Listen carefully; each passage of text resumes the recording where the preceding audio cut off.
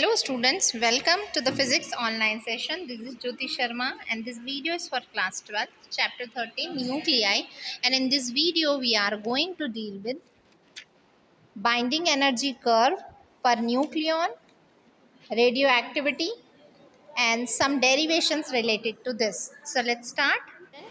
As we know that the binding energy is the energy which helps to bind the nucleons. ठीक है, nucleus के अंदर रहने वाले प्रोटॉन और न्यूट्रॉन को बांध के रखने का काम ये बाइंडिंग एनर्जी करती है, और बाइंडिंग एनर्जी मास लॉस से या मास डिफेक्ट से हमें मिलती है। ठीक है, इतना सब हम देख चुके हैं। उसके बाद हमने कहा कि जब भी हमें न्यूक्लियस के न्यूक्लियॉन्स को सेपरेट करने की रिक्वायरमेंट होगी तो हमें कुछ एक्सटर्नल एनर्जी की रिक्वायरमेंट होगी, यानी जब हम प्रोटॉन और न्यूट्रॉन को अलग अलग करना होगा तो उसमें हमें एक एक्सटर्नल एनर्जी की रिक्वायरमेंट होगी जिसे हम EB से रिप्रेजेंट करते हैं, और यह एनर्जी बाइंडिंग एनर्जी के इक्विवेलेंट होगी। ठीक है, पर न्यूक्लियॉन्स अगर हमें उसको निकालना है तो ये A यानी एटॉमिक मास से हमें इसे क्या करना पड़ेगा, सेपरेट करना पड़ेगा। ठीक है ना। बाइंडिंग एनर्जी कर्व पे अब हम डिस्कस करते हैं कि जब भी हमें बाइंडिंग एनर्जी न्यूक्लियॉन में देखनी है, ठीक है, डिफरेंट न्यूक्लियॉन्स में, तो ये y एक्सिस पर रिप्रेजेंट किया गया है, ठीक, और x एक्सिस पर मास नंबर रिप्रेजेंटेड है। अब आप इस कर्व को ध्यान से देख सकते हैं, ये आपकी बुक में भी है ये कर्व, आप प्लीज़ वहाँ से चेक कर लीजिएगा इसको एक बार। और x एक्सिस पर 20, 40, 60 और इसी तरह से 240 तक का ये रेशो गिवन है, और y एक्सिस पे 1, 2, 3 अप टू 9। ठीक है, इस तरह से ये लिखा हुआ है। बाइंडिंग एनर्जी जो है उसके कंक्लूजन पर हम जब कर्व में इसके अकॉर्डिंग डिस्कशन करेंगे तो हम देखेंगे कि बाइंडिंग एनर्जी जो न्यूक्लियॉन की होती है वो पॉजिटिव होती है हर एक न्यूक्लियस के लिए। सेकेंड चीज़, ऑलमोस्ट फ्लैट हमें दिखाई देगा कर्व कब तक, जब तक हम उसकी मैक्सिमम रफली जो एटॉमिक मास है वो 50 तक नहीं पहुंच जाते। 50 से 70 तक हमें एक एवरेज बाइंडिंग एनर्जी जो है per nucleon 8.6 million electron volt मिलेगी। ठीक है, in between 8 to 9 million electron volt हम ये कह सकते हैं। So the nuclei having the mass number between 50 to 70, जितने भी मास अगर उनके हैं, एटॉमिक मास 50 से 70 के बीच में है, तो उनका जो होगा वो ज़्यादा स्टेबल होंगे, न्यूक्लियस ज़्यादा स्टेबल होंगे। ठीक है, नेक्स्ट बाइंडिंग एनर्जी के कंक्लूजन पर हम बात करें तो जो न्यूक्लियॉन होते हैं, न्यूक्लियस के मास नंबर जिनके 56 हैं, ठीक है, इसका मतलब है कि आयरन की बात हो रही है, तो ये ज़्यादा स्टेबल न्यूक्लियस है क्योंकि इसकी binding energy 8.8 million electron volt होती है। ओके, अभी नेक्स्ट पॉइंट जो आता है, फोर्थ ऑब्जर्वेशन हम जब लेंगे, the nuclei having mass number 70, मतलब अभी हमने 50 से 70 के बीच की बात की तो स्टेबल है। 56 यानी आयरन को हमने कहा कि वो मोस्ट स्टेबल है। पहला पॉइंट हमने कहा था कि पॉजिटिव ही होती है इनकी बाइंडिंग एनर्जी। अब हम 70 के अबोव की बात कर रहे हैं, तो जो 70 अबोव होता है जिसका मास नंबर, उसका जो है न्यूक्लियॉन का जो एनर्जी है, बाइंडिंग एनर्जी, वो ग्रेजुअली धीरे धीरे कम होने लगता है, घटने लगता है। ठीक है, जिससे कि न्यूक्लियस की जो है स्टेबिलिटी वो कम होती जाती है। इसके कारण क्या होगा, हैवी न्यूक्लियाई जो होंगे, जो कि 83 के टाइम के जो होंगे वो रेडियो एक्टिव होंगे।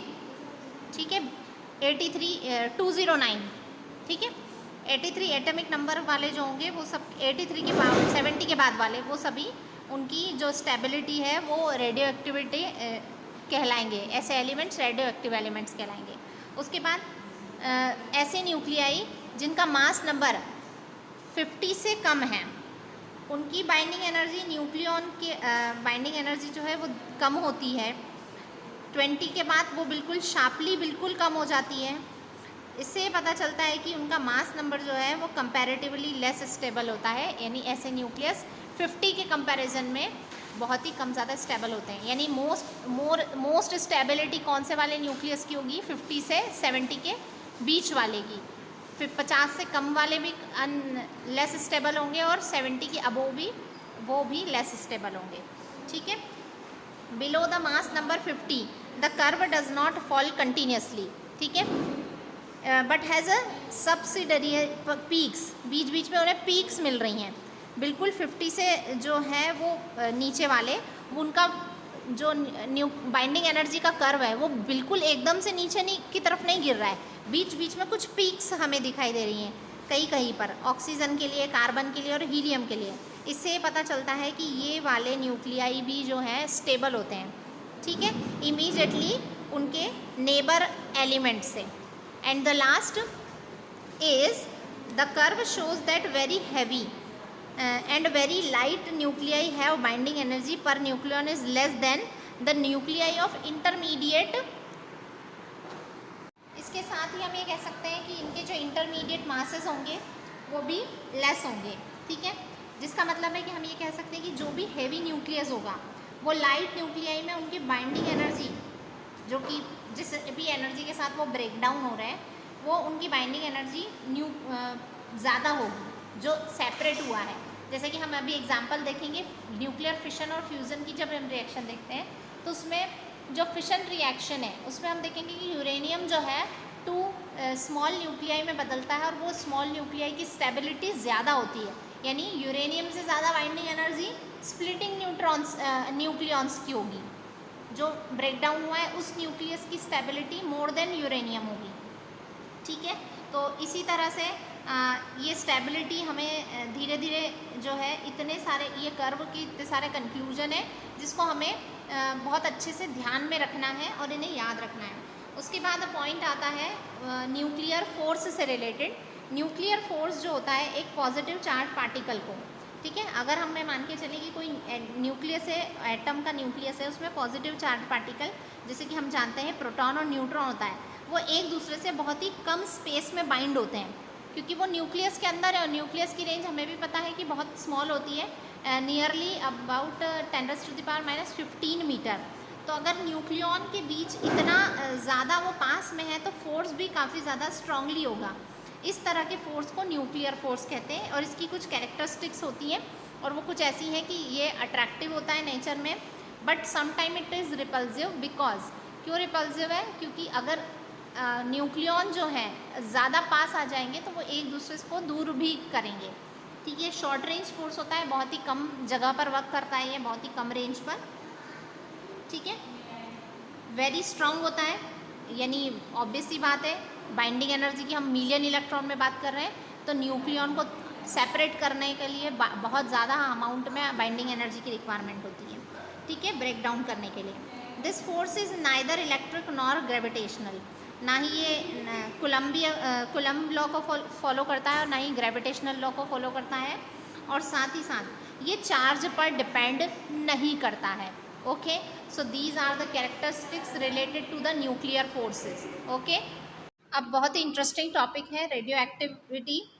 इन 1896 बैकरल नाम के एक साइंटिस्ट थे जिन्होंने यूरेनियम और उसके कंपाउंड, ठीक है, compound means like uranium, potassium sulphate, इस तरह से उन्होंने देखा कि इस तरह के एलिमेंट में एक अलग तरह की विजिबल लाइट जो है रेडिएट हो रही है, बाहर निकल रही है। इस तरह की रेडिएशन जो है फोटोग्राफिक प्लेट जो होती है उससे अफेक्ट कर रहे हैं, और साथ ही कुछ ओपेक ऑब्जेक्ट हो रहे हैं उनको भी पेनिट्रेट करके वो क्रॉस करके जा रहे हैं, ठीक है।